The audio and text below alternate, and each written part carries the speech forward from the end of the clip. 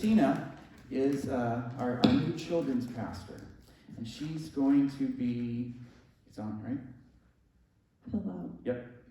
And she's going. She started this month in June, and we just wanted for everybody to get to know her, and you, and her to get to know you.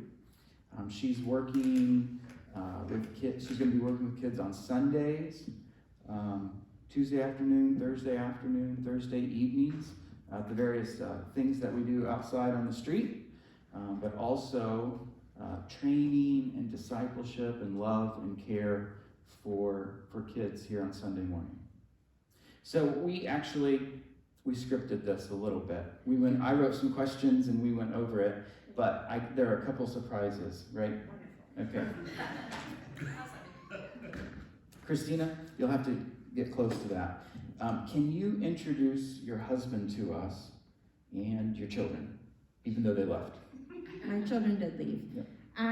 My husband, his name is Zach. He's there in the back in the Sully shirt today. We're big Disney people.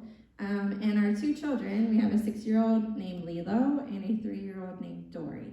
Okay. Who, if you haven't met them, just give it time, they'll meet you.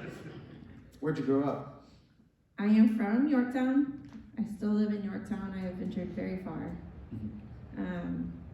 Yeah, my maiden name is Gwen, so the blood runs real deep in Yorktown over there with That our family. Yes. Yep. So after about 6 or 7 minutes of conversation with someone, typically you find some link. Yes. Yeah. And if not on the Gwen side, then on the Dunsmore side, because his family's from Muncie and Delville, so somewhere. That's how we know we're not related. So you're homegrown. Homegrown. That's right. Did you grow up in, quote, the church? And what I mean by that is what I mean by the church is someone who their parents brought them to church and they grew up through different Sunday schools and kind of have a insider information or inside baseball with the church. Did you grow up in church? I did. Okay. What? That's how you put that. I don't feel like I have any insider information. You do. But yes, I did grow up in church. I was sprinkled as a baby in the St. Mary's Catholic Church, but soon after we actually moved out to Union Chapel Ministries out by the mall, and that's where I grew up until the second I got married. Okay. Why do you think? About 6 months, you say? Why do you think your parents left St. Mary's and went to Union Chapel? I'm laughing because we've already talked about this, and I don't really know for sure. I just know the joke has always been that they wanted to stop having children because I'm one of 6. Yeah. What number are you? I'm number 5. Okay. All right. So I don't really know, but that's the joke. It could be for real too. I don't know. Many of us have in this room have had a variety of experiences with the church, some good, some bad, some indifferent. How would you describe your church experience growing up? What was it like? Sure. I've always had a really positive church experience personally. I've always loved church. Like middle school, my uncle went to the same church. We didn't do Sunday school, we just did like regular church. So I'd actually go to church with my uncle for Sunday school and then stay for regular church. And my parents actually were really involved in the children's ministry. And but being a part of a big family, not everyone in my family had a positive experience, and so navigating those waters have been difficult at times, but personally, yeah, I just feel like I've had a really blessed life, and the church has always been really good to me. And just, I won't say that it hasn't made my faith difficult. There are times where I'm just like, I feel like anybody else, questioning everything that you believe in, right? But it's just always been that solid rock I come back to. Yeah. I don't mean to indicate that everybody has a saved date Some people have a date that they remember, that something occurred where the Jesus thing made sense. And other people, it's just been this gradual movement towards all of a sudden you're like, yeah, I understand this Jesus. How or when would you say that the Jesus thing made sense to you? Sometimes it still doesn't. Okay. No, Jesus is the one thing I can get behind. So like I said, middle school was just, I was like all in. I'm like the Jesus freak generation and all that, the PC talk and all that. So I was bringing all my friends to church and I was just 100% all in. And then I've always been, it's kind of like, I don't have a set thing. I was baptized in high school and I was telling him I made the mistake of wearing windbreaker pants. There's lining, so like my legs wouldn't sink. They were floating. And I finally got them to sink, and then I got out, and then it was just filled with water. So that was the whole experience. And then, there's definitely been some really challenging times in adulthood. I told Josh, I was like, sometimes I feel like Jesus is all that carries me through, when those times are hard. So Zach and Zach's been in and out of a lot of jobs since we've got married. Not all, but just, that's how life in the market goes. And in between our two girls, we lost a baby when I was 24 weeks pregnant. So there's definitely been some really difficult and trying times. But yeah, I think it's just been a gradual thing most of the time. Yeah. Jesus kind of just carries me through. Yeah. Well, thank you for sharing that, being vulnerable in that way. Sometimes I overshare. I'm sorry. Yeah, we really can't overshare here. Yeah. Wear everything on our sleeves. Yeah. So with kids, children, some people volunteer in children's ministry or Sunday school or something, or VBS, but you were involved like that, but then you transitioned to what we would call vocation. Mm-hmm. Your vocation and your education has been geared toward working with kids. When would you say that it switched to vocation, where it's like lifestyle, way of living, calling, Sure. and often get compensated for that? It's kind of all tied into one. This is one of my favorite stories to tell because when I graduated high school, the one thing I thought I knew about myself is that I did not want to work with children. I was like, I don't have the patience for them, and it's just a lot of energy, and that's one thing I know for sure. And I went through a lot of different majors and blah, blah, blah. But one of the churches we were attending, Zach and I were interested in helping out with the youth group. So we started serving with the youth group as volunteers, and I got asked to go on a preteen 5th, 6th conference thing, and went on that with some girls, and during worship, just kind of had this moment where I was like, maybe you should go into youth ministry. So I'm like, oh, okay, well, maybe I can do that. So I go back to church and kind of tell them what happened and started looking into schooling options, and my undergrad degree is in sport administration. So I was trying to, what could I go and study to learn more, and Indiana Wesleyan had a program in children, youth, and family ministry. And if you volunteer or work for a church, so you didn't have to be paid, but if you volunteer, you can get a scholarship. I'm like, great. So I go and I talk to the church about it, and they're like, well, we actually don't really need help in youth ministry right now, but we really need help in the children's ministry. Okay, great. Well, if it's gonna get me through school, then let's do it. And I started serving with kids, and then lo and behold, I really like kids. Mm-hmm. Who knew? So that's kind of how that all happened. And Zach and I weren't even sure we were gonna have kids up to that point. And then we started working with kids, and we're like, oh, they're kind of fun. And then, so now we have a family, and I work in children's church, and it's been a journey for sure. I guess in terms of experiences in church, that's where it's been the most tumultuous. Which is why I can call you an insider. Oh, You have okay. insider baseball Oh, there we go. Yeah. knowledge of the Okay. church. Yeah. Yeah. So once it became vocational, Right. it's been a tad tumultuous. Yep.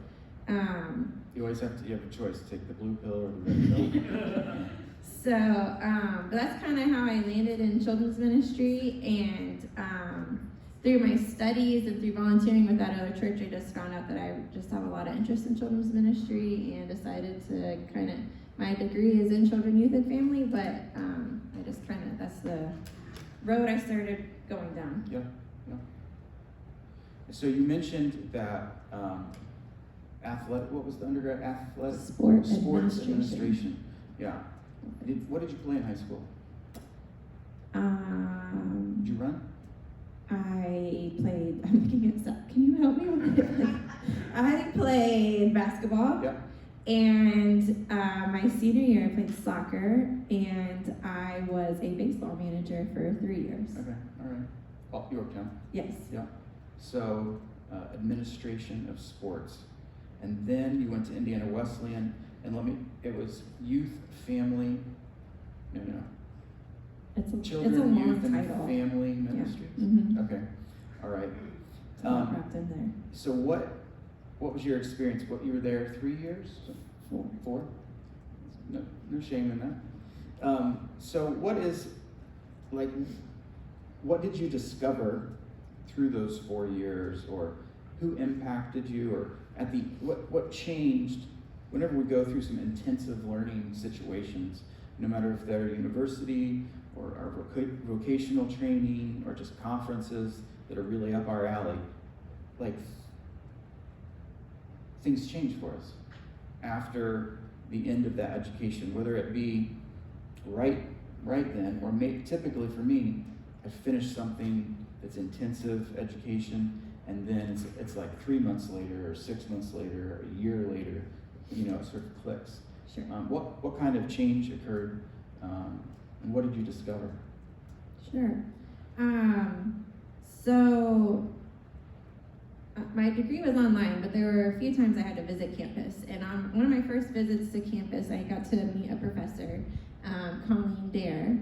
And it was the first time where I was meeting a woman who had worked in ministry for a long time and had served as a children's minister and a family minister, and now she was, teaching higher education. And I was just like, wow, I really like her, and I'm really impressed. And she became kind of a mentor through that time.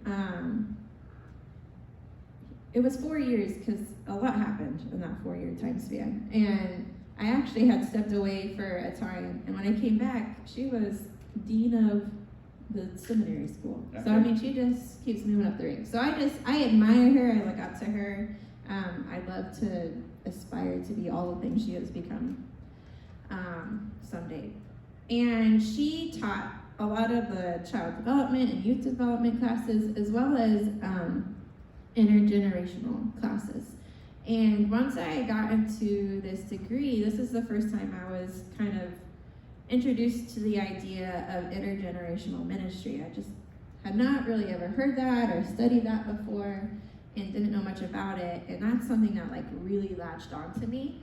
I find it really interesting. I think it's really important and vital to ministry in any setting or context. And so that's been a really big focal point for me when I am designing or organizing kind of any kind of programming or and whatever.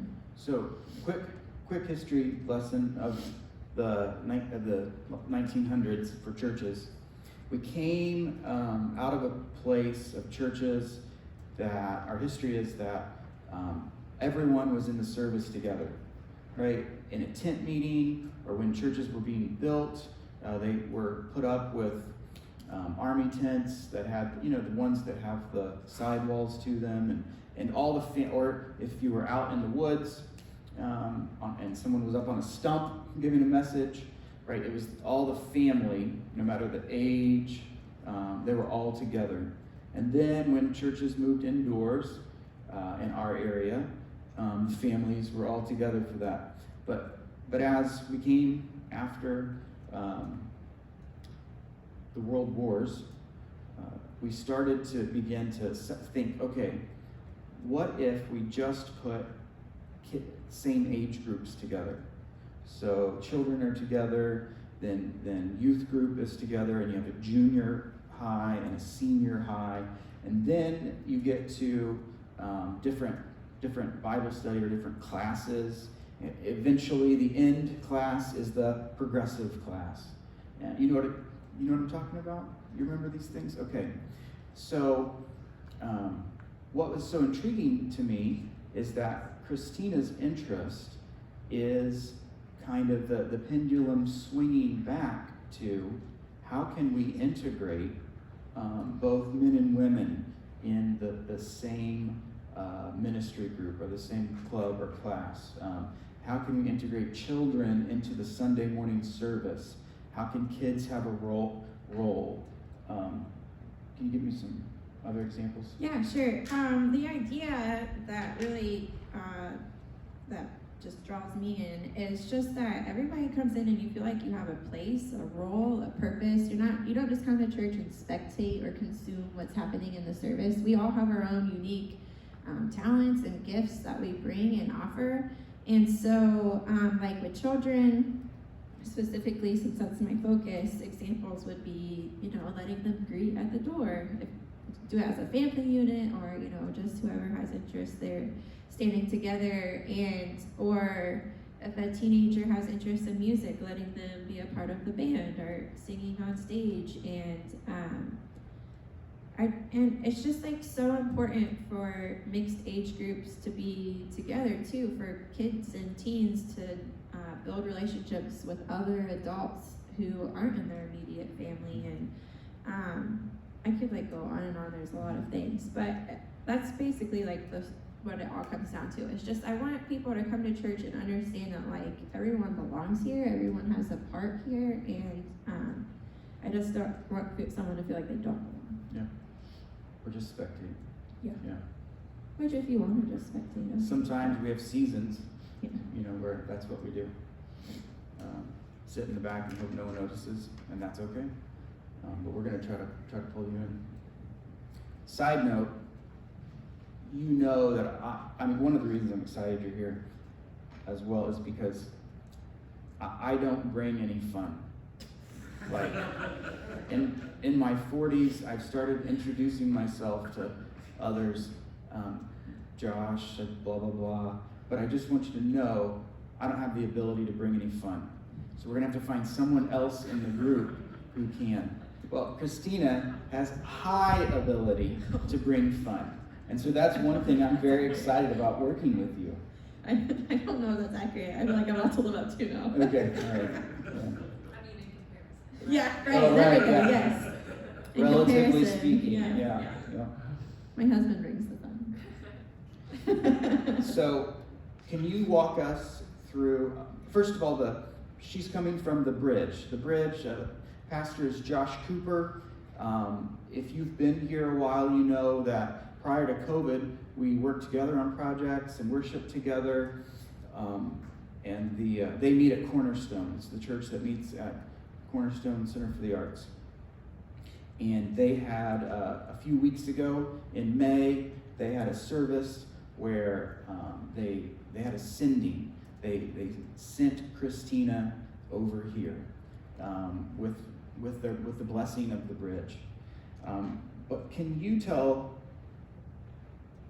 me some things that you know about Avondale? What do you know? Church, neighborhood, anything? I don't know much. That's I not know true. that, I do, but I don't. So we've been partnering for a long time, the Bridge and Avondale. And I think the first thing I did was the trunk or treat. Oh, yeah. Feels like ages ago. Yeah. And then I remember that because there were we had 300 kids come through that night or something. it was In it was 5 1,000. cars. Yeah. It was crazy. Yeah. It was fun, and music playing, and I was like, I am I didn't not participate qualified. in any of that fun. I did bring the fun, see? that was me reassuring myself. So I've been around for a long time-ish, coming and going, and really the key thing that I feel like that I know is that whenever I come over here, I feel like I'm home. And like, I don't have any other way to describe it other than that. Like, it's like I could like lay down and hug the floor. Like, it's just weird. I just feel like I'm home here. And so over the years, I've gotten to know a lot of kids in the neighborhood. One of like a big thing that stuck out to me during the conversation of the merge was when we were learning about the child poverty rate in this area, and that really just tugged at my heart, and just wanting to be a part of the neighborhood here, and the revitalization, and just building the relationships and getting to know people, and just like have lived right down the road for so long, and I just don't feel like I really know people like I could know people. And so what I know about Avondale is that I feel like it's home, and I feel like I just want to be a part of what's going on here. Yeah. And some of us have blazed some trails and laid some pavement to make relationships with the Ross Center, with Southview, with the 812 Coalition, and all of the things that are going on with there. And so I just want to just say, all those sidewalks to all those people and all those groups are just open to you. Yeah, that excites me. That work is laid.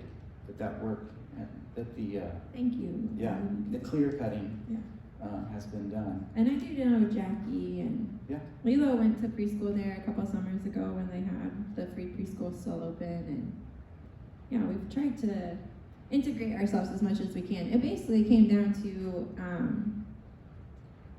I didn't ever want to make it an us versus them thing when we were talking about the merge, but it just basically came down to I was just ready to be here and not partner. I can partner that way and still have the connection and that the blessing of that community and the relationships with that community. It's just now we're working the other way instead of working this way. So I'm excited. Yeah, and I think the reason that the timing is now is because of COVID, right? Everything.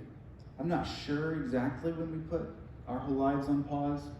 Somewhere February, March of 2020.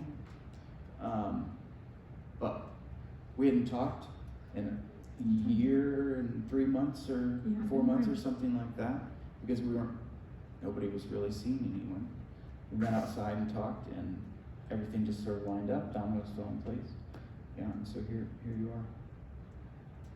So if we think about this summer, and even leading into the fall, you don't have to be too specific, but what kind of ideas are you having?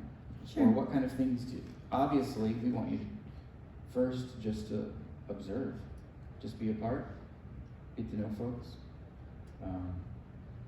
What kind of things are we thinking for the summer? Sure. Prior to making the decision to come over here, they had already decided they were going to offer Tuesday and Thursday lunches to the kids in the neighborhood, and so we just had our first week of that, and we had a great turnout both days. And we were just planning to offer lunch from 12 to 12:30, and we have quickly learned that kids want to stay and hang out. So one of the first things I'll probably do is start planning just probably a half hour, 45 minutes of some kind of activity or activities we could do, just have a little more organized time together. And then this week, the summer classes. I'm sorry, were you saying that what Neil and Brian put together was unorganized? I didn't. Was that the subtext? I said more organized. Actually, I wasn't even talking about the meal. I was talking about the activities after. Right. I said no such thing. Okay, all right. He is. I'm sorry, I interrupted you. It could be more. Please continue. The Ross Center's summer classes start this week. So the goal is to feed, hang out, maybe do an activity or two, and then usher them down that way. And then I'd like to try to plan some kind of BBS or summer camp or something towards the end of July. I don't know if it'll be weekly or a concentrated time frame. I haven't figured that out yet, but that's something I'd really like to do. I've been doing a lot of research on urban children's ministry, just because all my previous settings have been more suburban related, and so I came across some really neat ideas like sidewalk Sunday school, and just going out to the kids instead of having the kids come here. And so there's just I have a lot of ideas to work through. I'm probably gonna like start rearranging all of the children's classrooms, and it's gonna get crazy up in here, y'all. We have a decent number of like preteen, young teens around the neighborhood too. So I'll probably just naturally fall into that role as well, of trying to find and create a space for those kids. Because Thursday was a long day. It was.